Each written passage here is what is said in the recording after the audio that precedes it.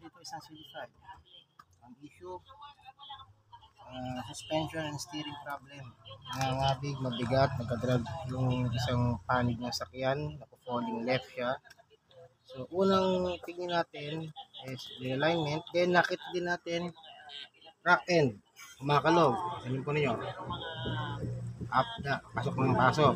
Gumigil na po yan, pag mabilis po yan, gumigil yan. Tie rod, kumakalog na rin po siya. And, yung stabilizer stabilizer link. So, kasi parang ball joint po yan. So, kumakalog na rin. Then, meron din po siyang issue rito. Yung kanyang rotor ay, ayun, nagkakagat ho yung preno. Pero may area na maluwag. Ayan, maluwag. Pero mamaya-maya bilang hihigpit.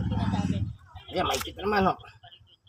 Ibig sabihin, no, ito, kailangan pa reface dahil po ito ay wala na sa align.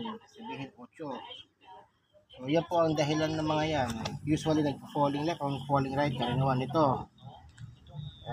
Yung nagpupunta sa kalibila, kanawa kanan, ibig sabihin nun, alignment. O, ito, all yung mga steering and suspension bushings, luluwagan na po. So, malalaman natin mamaya kung anong kalalabasan nito. Salamat po.